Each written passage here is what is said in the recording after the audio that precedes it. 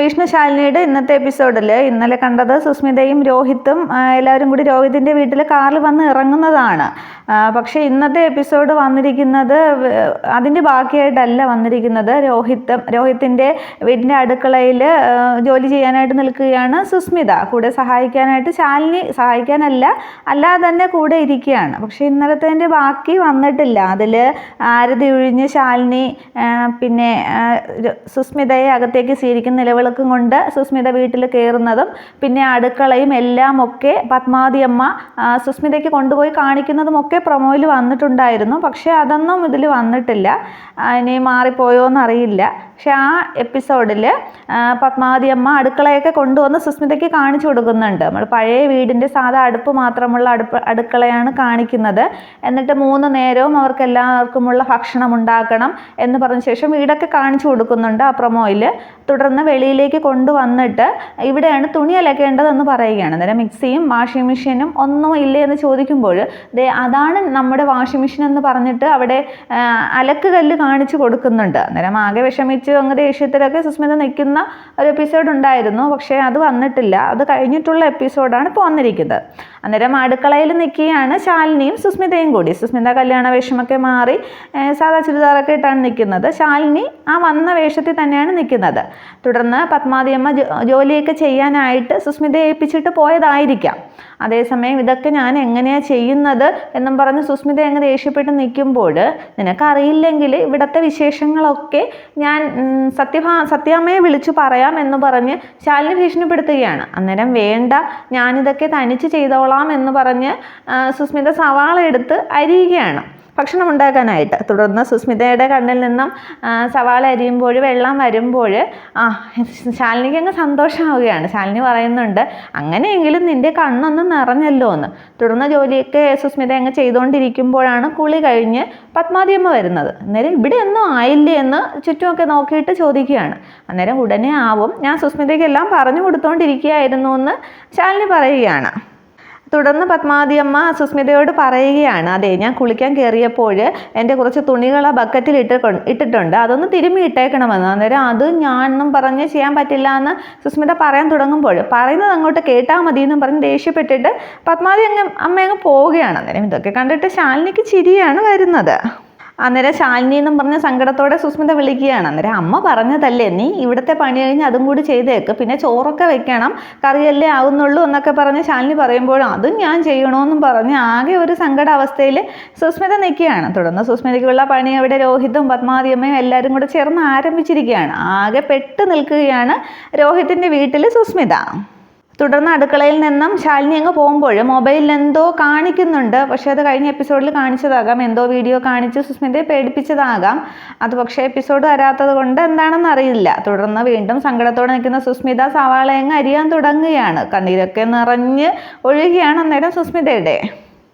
ഇതേസമയം രോഹിത്തിൻ്റെ വീട്ടിൽ കുറേ കൂട്ടുകാരൊക്കെ വന്നിട്ടുണ്ട്. അന്നേരം അവർ കൂട്ടുകാർ ആശംസിക്കുകയാണ് രോഹിത്തിനെ, നീ പറഞ്ഞപ്പോൾ ഞങ്ങൾ വിശ്വസിച്ചില്ല, സുസ്മിതയെ ഈ വീട്ടിലേക്ക് തന്നെ താലി കെട്ടി കൊണ്ടുവരും എന്ന് നീ പറഞ്ഞല്ലോ, അത് നീ സാധിച്ചെടുത്തല്ലോ എന്നും പറഞ്ഞങ്ങ് ആശംസയൊക്കെ കൊടുക്കുകയാണ് കൂട്ടുകാർ. അന്നേരം രോഹിത് പറയുകയാണ്, എൻ്റെ അച്ഛനോട് അച്ഛൻ്റെ ആത്മാവിനോട് ഞാൻ നീതി കാണിക്കണ്ടേ, എൻ്റെ അമ്മയോടും ഞാൻ അത് തന്നെയാണ് ചെയ്തത്. അച്ഛനെ അന്ന് നിശ്ചയ ദിവസം പന്തലിൽ നിന്നും ഈ ഹാളിലേക്കാണ് അച്ഛൻ്റെ ചേതനേറ്റ് ശരീരം എടുത്ത് കിടത്തിയത്.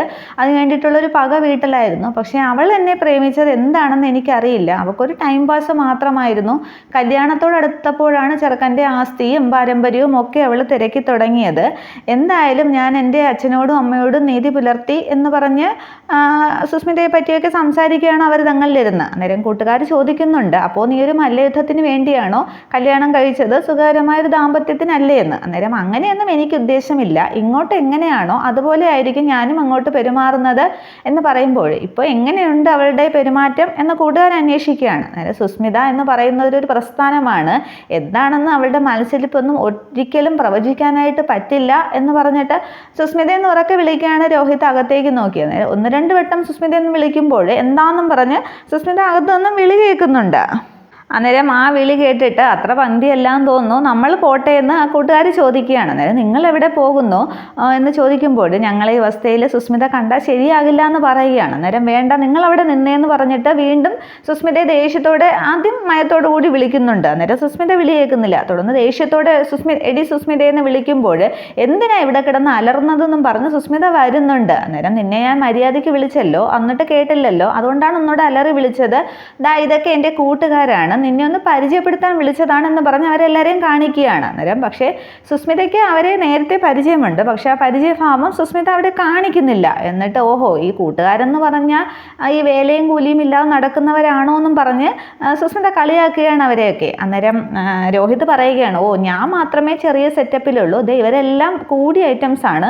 ഒരാൾ ജില്ലാ കളക്ടർ, ഒരാൾ കരസേനാ മേധാവി, ഒരാൾ സുപ്രീം കോടതി ജഡ്ജിയായിട്ട് ഇന്ന് രാവിലെ ചാർജ് എടുത്തതേ ഉള്ളൂ എന്നൊന്ന് പറഞ്ഞ് തിരിച്ച് രോഹിത് പരിഹസിക്കുന്നുണ്ട്. എന്നിട്ട് പറയുകയാണ്, ഈ നിൽക്കുന്ന അനീഷിനെ ഉൾപ്പെടെ എല്ലാവരെയും നിനക്ക് നന്നായിട്ട് അറിയാം.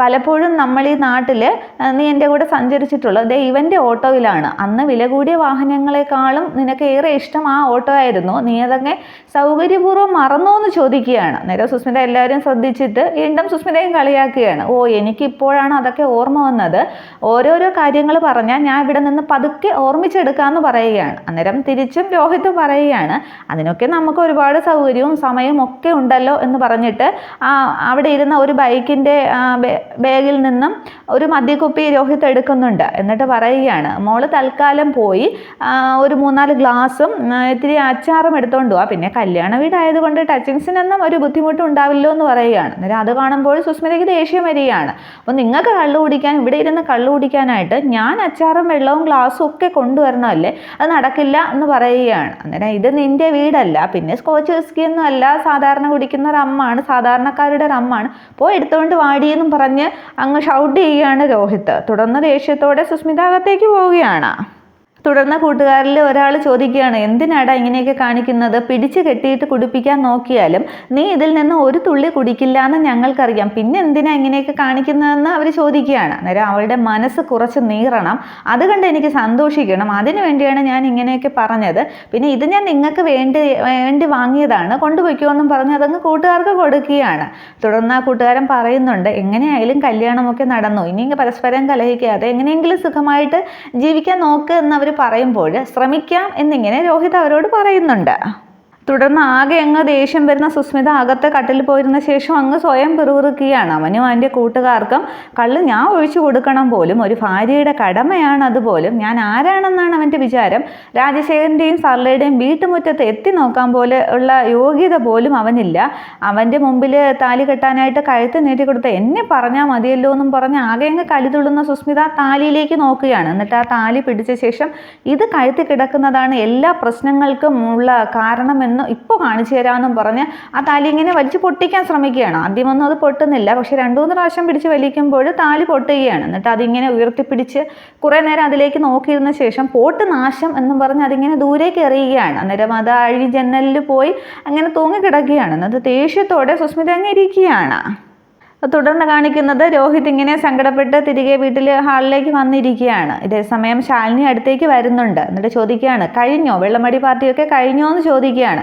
അന്നേരം അങ്ങനെയൊന്നുമല്ല, അവരെൻ്റെ കൂട്ടുകാരാണ്, അവർ വല്ലപ്പോഴും ഓണത്തിനും ക്രിസ്മസിനും ഒക്കെ കമ്പനി അടിച്ച് കൂടാറുണ്ട്, അന്നുള്ള അന്നത്തിന് വേണ്ടി ജോലിക്ക് പോകുന്നവരാണ്, അവരോടൊപ്പം ഞാനും പാട്ടൊക്കെ പാടി കൂടാറുണ്ട് എന്ന് പറയുകയാണ്, അല്ലാതെ വേറൊന്നുമില്ല എന്ന് പറഞ്ഞ് രോഹിത് ഇങ്ങനെ നിൽക്കുകയാണ്. തുടർന്ന് ശാലിനി പറയുന്നുണ്ട്, ഞാനെല്ലാം അകത്തു നിന്ന് കേട്ടു, സുസ്മിതയ്ക്ക് ഒരു ഷോക്ക് ട്രീറ്റ്മെൻറ്റ് കൂടെ കൊടുക്കുന്നത് നല്ലതാണ്, പക്ഷേ സത്യാമ്മയെ എങ്ങനെ കൈകാര്യം ചെയ്യും എന്നാണ് ഞാൻ ആലോചിക്കുന്നത്. സത്യാമ്മ ഇങ്ങോട്ട് വന്ന് ഈ വീടൊക്കെ കണ്ടാൽ ഈ വീടിൻ്റെ അവസ്ഥ തന്നെ രോഹിത് ഒന്ന് നോക്കിക്കേ, കുറച്ചുകൂടി മെച്ചപ്പെട്ട സൗകര്യങ്ങളുള്ള ഒരു വീട് കണ്ടെത്താമായിരുന്നു എന്ന് പറയുകയാണ്. അന്നേരം ഇത് ഞങ്ങളുടെ വീട് തന്നെയാണ്, എന്നും തൂത്തുവാരി അടിച്ച് നനച്ച് സന്ധ്യയ്ക്ക് സന്ധ്യാദീപവും ഒക്കെ കൊളുത്തുന്ന വീടായിരുന്നു ഇത് അച്ഛൻ്റെ മരണം വരെ, പക്ഷെ അതിനുശേഷം ഇങ്ങനെ ആയിപ്പോയി എന്ന് പറഞ്ഞ് രോഹിത്തിൻ്റെ സങ്കടം പറയുകയാണ്. ഇതേസമയം വിഷ്ണു സത്യഭാമയെയും കൂട്ടി രോഹിത്തിൻ്റെ വീട്ടിലേക്ക് കാറിൽ വരുന്നുണ്ട്, അത് ഇടയ്ക്കിടയ്ക്ക് കാണിക്കുന്നുണ്ട്. അച്ഛൻ്റെ മരണശേഷം ഞാൻ പിന്നെ സുസ്മിതയെ അന്വേഷിച്ചിറങ്ങി. അമ്മ ഒരു വല്ലാത്ത മാനസികാവസ്ഥയിലായിരുന്നു. അതിനിടയിൽ ഈ വീട് ശ്രദ്ധിക്കാനൊന്നും അമ്മയ്ക്ക് സമയം കിട്ടിയില്ല. പിന്നെ കല്യാണം പെട്ടെന്നായിരുന്നല്ലോ, അതുകൊണ്ട് ഞാനും ഇക്കാര്യമൊന്നും ശ്രദ്ധിച്ചില്ല എന്ന് പറയുകയാണ്. എന്നിട്ട് ശാലിനി പറയുന്നുണ്ട്, സത്യാമ്മ ഈ വീട് കാണുമ്പോൾ എങ്ങനെ പ്രതികരിക്കുമെന്ന് അറിയില്ല എന്ന് ശാലിനി പറയുമ്പോൾ രോഹിത് പറയുന്നുണ്ട്, ഞാൻ എൻ്റെ കൂട്ടുകാരെയൊക്കെ വിളിക്കാം, 1-2 മണിക്കൂർ കൊണ്ട് അവരിവിടെയൊക്കെ വൃത്തിയാക്കുമെന്ന് പറയുകയാണ്. അന്നേരം അതിനൊന്നുമുള്ള സമയമില്ല, സത്യാമ്മ അവിടെ നിന്ന് പുറപ്പെട്ടു എന്നാണ് വിഷ്ണുവേട്ടൻ പറഞ്ഞത് എന്ന് ശാലിനി ഇങ്ങനെ പറയുകയാണ്. അങ്ങനെ അവർ പറഞ്ഞുകൊണ്ട് നിൽക്കുന്ന സമയത്ത് തന്നെ വിഷ്ണു സത്യഭാമയും കൂട്ടി അവിടേക്ക് എത്തുന്നുണ്ട്. തുടർന്ന് സത്യഭാമ കാറിൽ നിന്ന് ഇറങ്ങുമ്പോൾ തന്നെ വീടൊക്കെ കണ്ടിട്ട് സത്യഭാമയ്ക്ക് ഒട്ടും ഇഷ്ടപ്പെടുന്നില്ല. തുടർന്ന് വിഷ്ണുവിനേക്ക് നോക്കുന്നുണ്ട്. വിഷ്ണു അങ്ങ് മുഖം തിരിക്കുകയാണ്, മുഖം കൊടുക്കുന്നില്ല സത്യഭാമയ്ക്ക്. തുടർന്ന് ദേഷ്യത്തോടെ സത്യഭാമ പതുക്കെ അകത്തേക്കൊക്കെ കയറിയിട്ട് ചുറ്റും നോക്കുകയാണ്. അന്നേരം സത്യഭാമ വരണമെന്നിങ്ങനെ ശാലിനി പറയുമ്പോൾ വരണമെന്നിങ്ങനെ വിഷ്ണുവും പറയുന്നുണ്ട്. വിഷ്ണുവിന് ഉത്തരം പറയാനാകുന്നില്ല ഈ വീടിൻ്റെ അവസ്ഥയൊക്കെ കണ്ടിട്ട്. തുടർന്ന് സത്യഭാമ അജ്മുറികളും എല്ലാം ഒക്കെ പരിശോധിക്കുകയാണ്. എന്നിട്ട് ശാലിനിയെയും വിഷ്ണുവിനെയും രോഹിത്തിനെയും ഒക്കെ മാറി മാറി നോക്കുന്നുണ്ട്. എന്നിട്ട് പത്മാവതി എവിടെ, വിളിക്കുക എന്ന് ദേഷ്യത്തോടെ പറയുകയാണ്. തുടർന്ന് അമ്മയെന്ന് വിളിക്കുമ്പോൾ പത്മാവതി വരുന്നുണ്ട്. അന്നേരം എന്താ അമ്മയുടെ ഉദ്ദേശം എന്താണെന്നൊക്കെ കണ്ണുകൊണ്ട് ഇങ്ങനെ ശാലിനി വിഷ്ണുവിനോട് ചോദിക്കുന്നുണ്ടോ, ഒന്നും അറിയില്ല എന്നും പറഞ്ഞിങ്ങനെ കൈമലർത്തുകയാണ് വിഷ്ണു. തുടർന്ന് വളരെ സന്തോഷത്തോടു കൂടിയാണ് പത്മാവതിയമ്മ വരുന്നത്. ആ സത്യാമ്മയെ വന്നാട്ടെ ഇങ്ങോട്ട് ഇരിക്കണം എന്ന് പറഞ്ഞാൽ കസേര കാണിക്കുകയാണ്. അന്നേരം അതൊക്കെ നോക്കിയിട്ട് ഒരു വൃത്തിയില്ലാത്ത ഇത് കണ്ടിട്ട് എങ്ങോട്ടിരിക്കാനാണ്, ഇതൊരു വീടാണോ എന്ന് ചോദിക്കുകയാണ്. അന്നേരം പെട്ടെന്ന് പത്മാവതിയമ്മ പറയുകയാണ്, സത്യാമ്മയ്ക്ക് വേണമെങ്കിൽ സുസ്മിതയെ ഇവിടെ നിന്ന് കൂട്ടിക്കൊണ്ടു പോകാം, ഞങ്ങൾക്ക് ഇത്രയൊക്കെ സൗകര്യങ്ങളേ ഉള്ളൂ എന്ന് പറയുകയാണ്. അന്നേരം പത്മാവതിയമ്മയുടെ ആ മറുപടി കേട്ട് വിഷ്ണുവും ശാലിനിയും രോഹിത്തും ഒക്കെ ഒന്ന് അന്തമിടുകയാണ്. അന്നേരം ആ ദേഷ്യത്തോട് തന്നെ സത്യഭാമ ചോദിക്കുകയാണ്, എങ്കിൽ ഞാൻ സുസ്മിതയെ ഇവിടെ നിന്ന് കൂട്ടിക്കൊണ്ടു പോകട്ടെ എന്ന് പത്മാവതിയമ്മയോട് ചോദിക്കുമ്പോൾ പത്മാവതിയമ്മ ഒന്നും പറയാൻ നിൽക്കുകയാണ്. അന്നേരം രോഹിത്തിൻ്റെ മറുപടിയും ഇത് തന്നെയാണോ എന്ന് ചോദിക്കുന്നുണ്ട്. അന്നേരം രോഹിത്തും മിണ്ടുന്നില്ല. തുടർന്ന് സത്യഭാമ പറയുകയാണ്, രണ്ടുപേരും മിണ്ടാത്ത സ്ഥിതിക്ക് ഞാൻ എൻ്റെ തീരുമാനം പറയാം എന്ന് പറയുമ്പോൾ ആകെ അങ്ങ് അന്തം വിട്ട് നിൽക്കുകയാണ് വിഷ്ണു ശാലിനിയും. ഇനി സത്യഭാമ സുസ്മിതയെ കൂട്ടിക്കൊണ്ട് പോകുമോ എന്നുള്ളൊരു ചിന്തയിൽ. പക്ഷേ അന്നേരം ആ ദേഷ്യഭാവം മാറ്റി ചിരിച്ച മുഖത്തോടു കൂടി ഭാമ പറയുകയാണ്, ഞാൻ സുസ്മിതയെ ഇവിടെ നിന്ന് എങ്ങും കൂട്ടിക്കൊണ്ട് പോകുന്നില്ല, സുസ്മിത ഇവിടെ തന്നെ ജീവിക്കട്ടെ എന്ന് പറയുകയാണ്. അന്നേരം ശാലിനി അങ്ങ് വാറക്കുകയാണ്, സത്യഭാമ എന്തായി പറയുന്നത് എന്നുള്ള ഉദ്ദേശത്തിൽ. അന്നേരം അതുവരെ ആകെ ടെൻഷൻ അടിച്ചിരുന്ന വിഷ്ണു അങ്ങ് ചിരിക്കുകയാണ്. അന്നേരം ഭാമ പറയുന്നുണ്ട്, എല്ലാവരും അഭിനയിച്ചതൊക്കെ മതി, വിഷ്ണു എന്നോട് എല്ലാ കാര്യങ്ങളും പറഞ്ഞു എന്ന്. അന്നേരം വിഷ്ണു എന്താണ് പറഞ്ഞത് എന്നും പറഞ്ഞ് ശാലിനി വിഷ്ണുവിനെ വായും വിളിച്ച് നോക്കിക്കൊണ്ടിരിക്കുകയാണ്. തുടർന്ന് വിഷ്ണുവിനെ അങ്ങ് പിച്ചുകയൊക്കെ ചെയ്യുകയാണ് ശാലിനി, എന്താണ് കാര്യമെന്ന് ചോദിച്ചുകൊണ്ട്. തുടർന്ന് ഭാമ പറയുകയാണ്, നിങ്ങൾ തൽക്കാലത്തേക്ക് ഈ വീട് വാടകയ്ക്ക് എടുത്തതാണെന്ന് വിഷ്ണു എന്നോട് പറഞ്ഞു. ഞാൻ ഇങ്ങോട്ട് വരുന്നു എന്ന് പറഞ്ഞപ്പോൾ വിഷ്ണു വഴിയിൽ കാത്തുനിന്ന് നിങ്ങളുടെ യഥാർത്ഥ വീട്ടിലേക്ക് തന്നെയാണ് എന്നെ കൊണ്ടുപോയത്. ഒരു ചെറിയൊരു കൊട്ടാരം, ഒരു ചെറിയ കുടുംബത്തിന് ജീവിക്കാൻ അത്രയും സുഖ സൗകര്യങ്ങളൊന്നും വേണ്ട, എന്നാലും വലിയൊരു കൊട്ടാരം തന്നെയാണ്.